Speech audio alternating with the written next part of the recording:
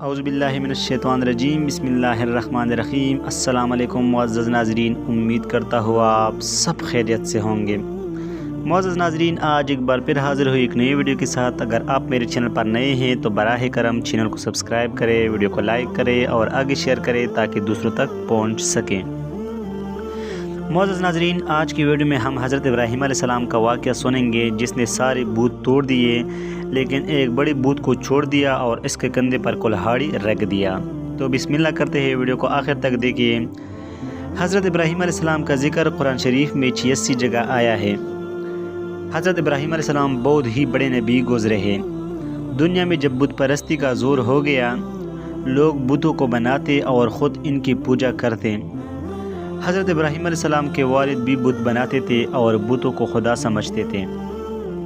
حضرت ابراہیم علیہ السلام ابھی بچے ہی تھے۔ وہ دیکھتے کہ میرے والد اور دوسرے لوگ خود ہی مٹی اور لکڑی سے بتوں کو بناتے ہیں اور پھر ان کی خدا کو سمجھنے لگتے ہیں۔ وہ حیران ہوئی کہ کس قدر بیوقوف ہے یہ سب لوگ کہ ان بے جان مورتیوں کو خدا سمجھ رہے ہیں۔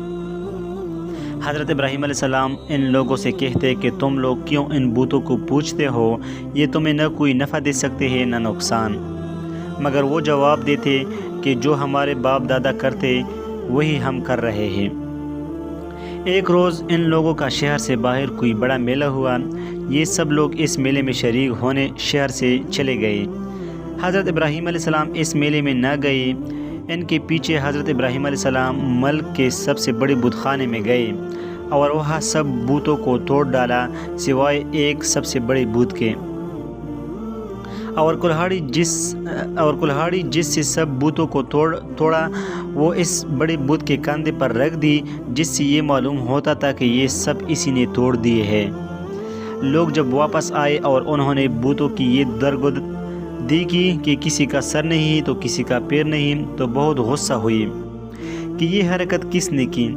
سب نے شبہ اور شک حضرت ابراہیم علیہ السلام پر کیا کہ وہی بتوں کو برا کہتے تھے اور میلے میں بھی نہ گئے تھے۔ آخر ان کو بلا کر پوچھا کہ یہ بت کس نے توڑے ہیں۔ حضرت ابراہیم علیہ السلام نے جواب دیا کہ مجھ سے پوچھنے کی بجائے اپنے خداؤں سے کیوں نہیں پوچھتے جن کی تم عبادت کرتے ہو کہ ان کو کس نے توڑا ہے وہ خود بتا دے گئے۔ ان لوگوں نے جواب دیا کہ آپ کو معلوم ہے کہ یہ بول نہیں سکتے۔ تو حضرت ابراہیم علیہ السلام نے کہا کہ پھر تم ایسے بیکار خداؤں کی پوجا کرتے ہو۔ حضرت ابراہیم علیہ السلام نے پھر کہا کہ دیکھو کلہاڑی بڑے بت کے کاندھے پر ہے، یہ کام اسی کا معلوم ہوتا ہے، اس سے پوچھو۔ یہ لوگ بہت ناراض ہوئے اور ان کے باپ عزر سے شکایت کی کہ تمہارا بیٹا ایسا حرکت کر رہا ہے، اس کو سمجھا لو ورنہ اچھا نہ ہوگا۔ حضرت ابراہیم علیہ السلام نے اپنے باپ کو بھی سمجھایا اور بت پرستی سے منع کیا اور عرض کیا کہ اے باپ، میں ڈرتا ہوں کہ تم پر خدا کا کوئی عذاب نازل نہ ہو۔ اس پر ان کے باپ بہت سخت ناراض ہوئے اور کہا کہ آئندہ تو نے مجھ سے کوئی ایسی بات کہی تو میں تجھے سنسار کر دوں گا، اور کہا تو میرے پاس سے ہمیشہ کے لیے چلے جا۔ آپ نے باپ کو سلام کیا اور کہا کہ میں چلا جاتا ہوں لیکن تمہارے لیے مغفرت کی دعا کرتا رہوں گا۔ پھر کیا ہوا، وہاں کے بادشاہ نمرود کو، جو بہت ظالم اور بت پرست تھا، ان سب باتوں کا پتہ چلا کہ عزر کا بیٹا ابراہیم لوگوں کو بتوں کی پوجا سے منع کرتا ہے اور ایک خدا کی دعوت دیتا ہے، تو اس نے ان کو اپنے دربار میں بلایا اور آپ سے جھگڑنے لگا۔ حضرت ابراہیم علیہ السلام نے فرمایا، میرا خدا تو وہی ہے جو مارتا بھی ہے اور جلاتا بھی ہے۔ نمرود نے کہا، میں بھی مار سکتا ہوں اور جلا سکتا ہوں۔ چنانچہ اس نے ایک قیدی کو، جس کو سزائے موت کا حکم ہو چکا، آزاد کر دیا اور ایک بے جان کو پکڑ کر قتل کرا دیا اور کہا کہ اب بتاؤ کہ میرے اور تمہارے خدا کے درمیان کیا فرق ہے؟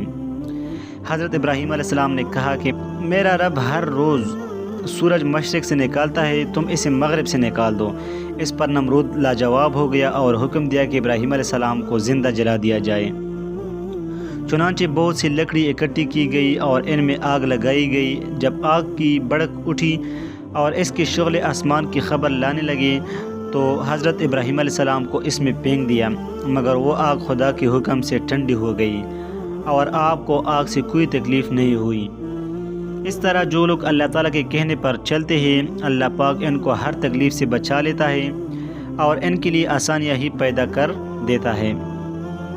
اور جو لوگ اللہ تعالیٰ کا کہنا نہیں مانتے ان کے لیے اس دنیا میں مشکل ہوتی ہے، اور مرنے کے بعد تو ہمیشہ جہنم میں رہیں گے۔